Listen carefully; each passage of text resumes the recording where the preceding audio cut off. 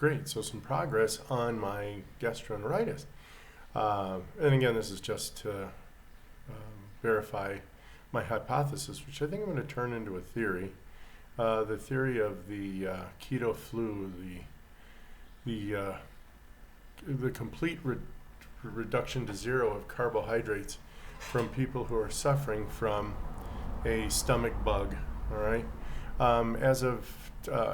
So Saturday evening, about sundown-ish, 6 to 8 o'clock, somewhere in there, I started not feeling very well. And believe it or not, I think even in the morning of Saturday, by about 10 or 11, I started to feel the cramping. And I ate dinner anyway. I had my chicken breast crust pizza, which was absolutely delicious. But then by 6 to 7 o'clock, I was feeling kind of like, well, no, I'm not eating. And I'd woken up twice that night, all right, into Sunday morning. And I'd gotten really nauseous, I believe, on the first bout. And the second one, it was just a watery endgame. Let's just use the chest parlance there. So obviously I didn't eat Sunday, but I did drink a liter of water with 2 tablespoons of apple cider vinegar, juice of 4 limes, and a pretty big 2 pinches of Himalayan salt with mineral water. I believe later that evening I had some more mineral water. And so we can cut to Monday here. I obviously was, by 2 o'clock this afternoon, I had fasted for 48 hours. And about an hour before that, I ate 2 hard-boiled eggs just to see how that was going to work. It did. And I wound up eating some really delicious Italian meatloaf. Instead of the breadcrumbs, I used chicharron, and in the 2 eggs that it calls for, I cut in, or mounted, as they say in cookery, half a stick of butter that I melted in the microwave. So I was able to get some real good fat in there. And instead of the milk, I used cream cut with water, which is wonderful. It cuts the carbs way down. Like I think I have it cut down to a 1/6. All right, so there's, I think, only two carbs in that. I used 2 kilos of tomatoes to make the tomato sauce. No added sugar, of course. Just salt and garlic. In fact, it was absolutely delicious. And then the meatloaf had beef and pork. So pork has selenium. Beef has everything else. Of course, pork has an awful lot also. And like I said, 2 eggs in there. So I think the whole thing, we're talking a 2-pound meatloaf and 4 pounds of tomatoes reduced. I went ahead and roasted them on a comal and blackened the skin. And then I pressure cook them at high pressure for 20 minutes. And then I just puree just the tomato itself.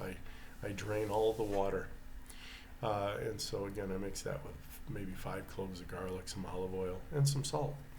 And then I put some manchego, which is a Spanish cheese, on the top for the last of the baking. It was really good. And before that, I had a 2-egg omelet with some cheese on it. So I wound up eating 4 eggs plus half an egg, because I ate a quarter of this thing. And actually, I couldn't finish it. So I think I had about a 6-ounce chunk of meatloaf, and I only ate, it wasn't a 2 kilo meatloaf. It's 1 kilo meatloaf, 2 kilos of tomatoes. Sorry. Okay, so all of that, I think the entire thing, if I could have eaten it all, would have been less than 50 grams of carbohydrate, and that was strictly from the tomatoes. The meatloaf itself had 0, minus the 0.3 grams for each egg, so you're looking at half a gram of carbs per serving, 0. So what did I do, though? So I wind up knowing that I'm sick sometime Saturday night. Sunday night, okay, so it's 24 hours. And within 26 hours, I'm cranking out 100 push-ups, not having eaten for almost 48 hours, all right?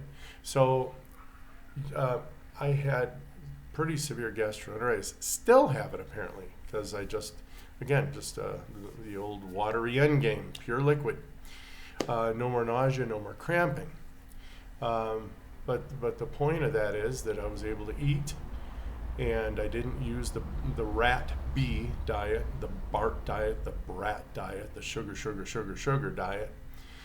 I wound up conquering it with fasting, and like I said, I think I did my sets between 11 and 12, which would have been 46 hours of not having eaten. Definitely reduced slight dehydration. Did not wind up with a headache because I knew to eat salt and drink my water and take some mineral water. So didn't have any other ill effects. Obviously, my energy level was fine. No, I lied. I did 101 push-ups. Yay. So if people tell you, yeah, your gastroenteritis, it's the 24-hour stomach bug. I don't want to say the other word because I just don't want to deal with it, just in case some artificial intelligence snags a word. But yeah, the typical stomach bug of 24 hours or so. And here it's been working on me for almost 36 hours, I'd say. No, almost 48 hours. Still having some, maybe that's why I didn't have such a big appetite today. My body said, whoa, you've eaten enough. Okay, had enough. But I was hungry. I was able to eat. And like I said, I was able to crank out 101 push-ups. Now, who can do that within a day after a stomach flu? You tell me. Do you want to stay glucose fueled, or do you want to try to get fat adapted? I chose the latter, and so far twice, it's worked out pretty darn good. Let me know what you think in the comments. We'll talk soon. Bye.